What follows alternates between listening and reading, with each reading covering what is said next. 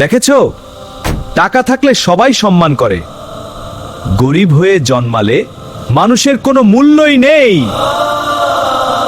বাবা, সম্পদ আল্লাহর দান, আজ আছে কাল নাও থাকতে পারে।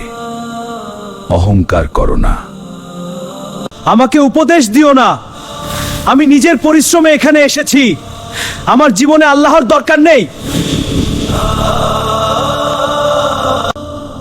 কি, সব টাকা শেষ? এত বড় ক্ষতি, এখন আমি কি করব? অহংকার যখন ভেঙে যায়, তখন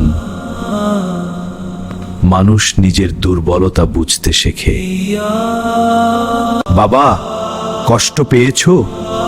মনে রেখো, আল্লাহ সবসময় বান্দার অপেক্ষায় থাকেন। চাচা, আমি ভুল করেছি। আমি আল্লাহকে ভুলে ছিলামই তো করে খান।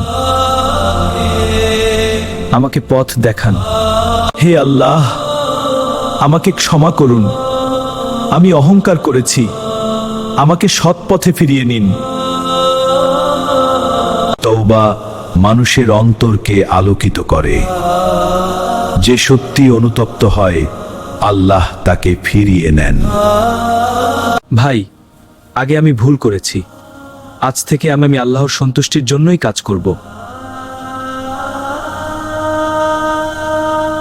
বাবা, সত্যিকারের সম্পদ টাকা নয়, ঈমানই মানুষের সবচেয়ে বড় সম্পদ। মনে রাখুন, অহংকার মানুষকে ধ্বংস করে, আর তওবা মানুষকে মহান করে। আল্লাহর পথে ফিরুন আজই।